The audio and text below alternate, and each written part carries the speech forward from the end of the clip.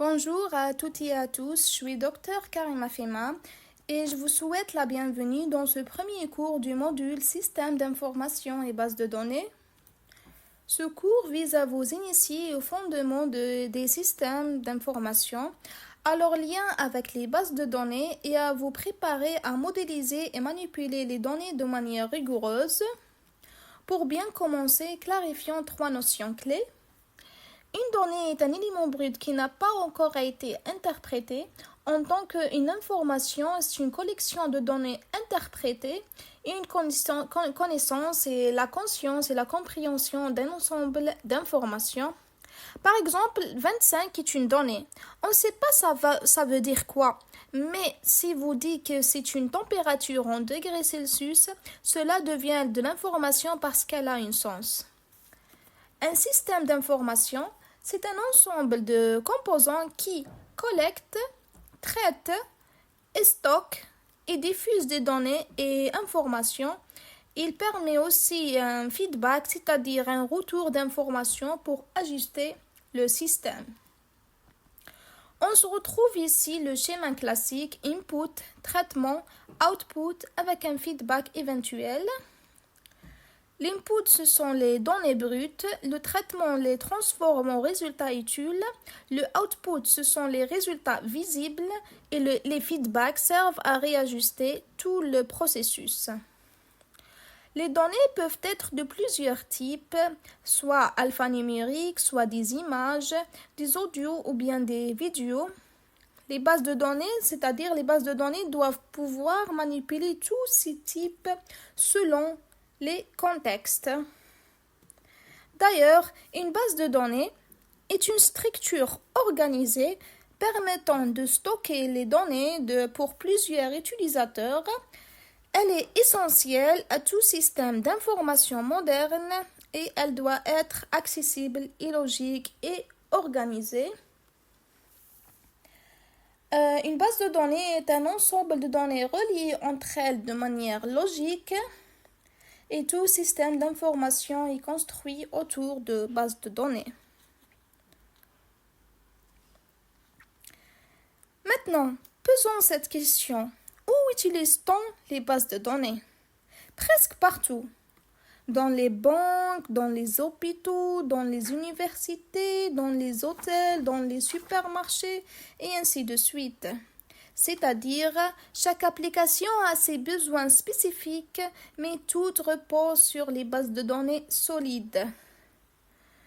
Par exemple, la plateforme Progress utilise une base de données pour gérer les informations des étudiants, des enseignants, les cours, les inscriptions et les notes. Elle permet de suivre les résultats et faciliter la gestion académique. En tant qu'un SGBD ou bien un système de gestion de base de données est l'ensemble des logiciels qui permettent de manipuler une base de données. Il permet de créer, mettre à jour, contrôler, sécuriser et interroger les données.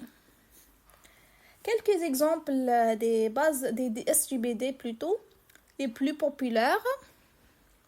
On a aussi le MySQL, c'est le SGBD le plus utilisé, ce qu'on va détailler dans les prochains chapitres. On a aussi le SGBD Access de base de Microsoft.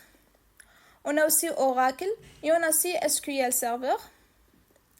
Et voilà l'interface de MySQL. On a aussi l'input code. Et là, les outputs, c'est-à-dire les résultats de l'affichage de l'input. Passons maintenant à les objectifs des SGBD. On a l'objectif le plus important, c'est l'indépendance des données.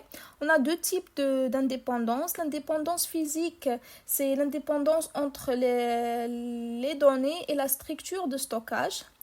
C'est-à-dire, il permet de décrire les données d'une façon logique sans se soucier comment cela va se faire physiquement dans le fichier. En tant que l'indépendance logique est un même ensemble de données peut être différemment par des utilisateurs différents. Toutes ces visions personnelles des données doivent être intégrées dans une vision globale. C'est-à-dire, par exemple, revenons à l'exemple de Progress. Par exemple, moi, en tant que chargé de module de ce module, le système d'information et base de données, je peux que voir les notes de mes étudiants sur ce module, mais par exemple, le chef département peut voir les notes des étudiants dans des autres modules parce il a plus de classes que moi. C'est ça, les SGBD sont classés. Voilà. Alors, là, on a aussi la sécurité, c'est la protection des données entre les accès non autorisés et la garantie de la validité et la cohérence des données.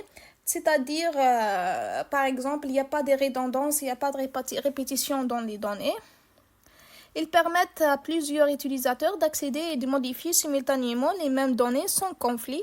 Par exemple, moi je peux accéder et mettre les notes de mes groupes. Un autre enseignant peut mettre les notes de même groupe dans un autre module et ainsi de suite. Il permet aussi d'assurer la continuité des données en cas de panne, en cas de problème technique, en cas de coupure, on ne perd pas l'information.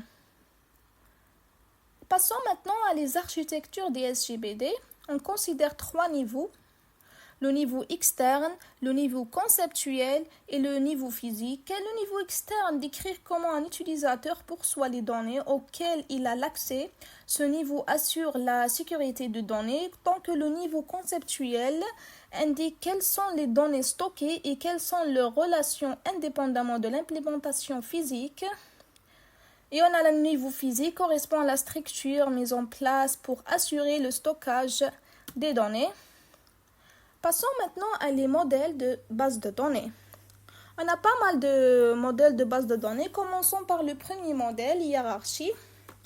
C'est un modèle créé en 1960. Il lit les enregistrements dans une structure arborescente, c'est-à-dire parent et enfant, de façon que chaque enregistrement n'a qu'un seul possesseur, c'est-à-dire un enfant peut avoir un seul parent, mais un parent peut avoir plus que un enfant, ce qui veut dire la liaison de type 1 vers n. On a aussi le deuxième modèle, le modèle réseau. Il permet de lever la difficulté du modèle hiérarchie, c'est-à-dire si on a le même enfant peut avoir plus qu'un seul parent. Donc, il élimine le problème de hiérarchie. On voit ici qu'il y a une duplication ici. Café délice. Et c'est-à-dire la possibilité d'établir des liaisons de type n vers n. Ça veut dire un enfant peut avoir plus qu'un seul parent. Programme de dépendant de la structure de données impose de contraindre les chemins des liens.